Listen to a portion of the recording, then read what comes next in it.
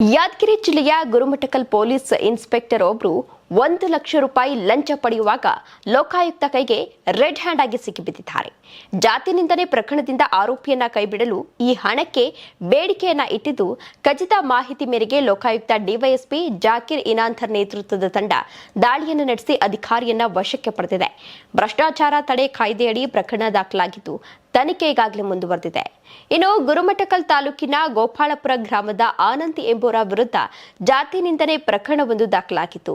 ಈ ಕೇಸ್ನಲ್ಲಿ ಅವರನ್ನ ಬಂಧಿಸದೇ ಇರಲು ಮತ್ತು ಇನ್ನೊಂದು ಕೇಸ್ನಲ್ಲಿ ಅವರ ಹೆಸರನ್ನ ಕೈಬಿಡಲು ಪಿಐ ವೀರಣ್ಣ ದೊಡ್ಡಮನಿ ಅವರು ಲಂಚಕ್ಕೆ ಬೇಡಿಕೆಯನ್ನ ಇಟ್ಟಿದ್ರು ಎಂದು ಆನಂದ್ ಅವರು ದೂರು ನೀಡಿದ್ದಾರೆ.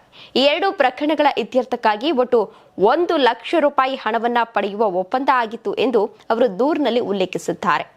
ಇನ್ನು ಗುರುಮಠಕಲ್ ಪೊಲೀಸ್ ವಸತಿ ಗೃಹದಲ್ಲಿ ಆನಂದ್ ಅವರಿಂದ 1 ಲಕ್ಷ ರೂಪಾಯಿ ಲಂಚದ ಹಣವನ್ನು ಸ್ವೀಕರಿಸ್ತಾ ಇದ್ದಂತಹ ವೇಳೆ ಲೋಕಾಯುಕ್ತ ಅಧಿಕಾರಿಗಳು ಹಠಾತ್ ದಾಳಿ ನಡೆಸಿದ್ದಾರೆ.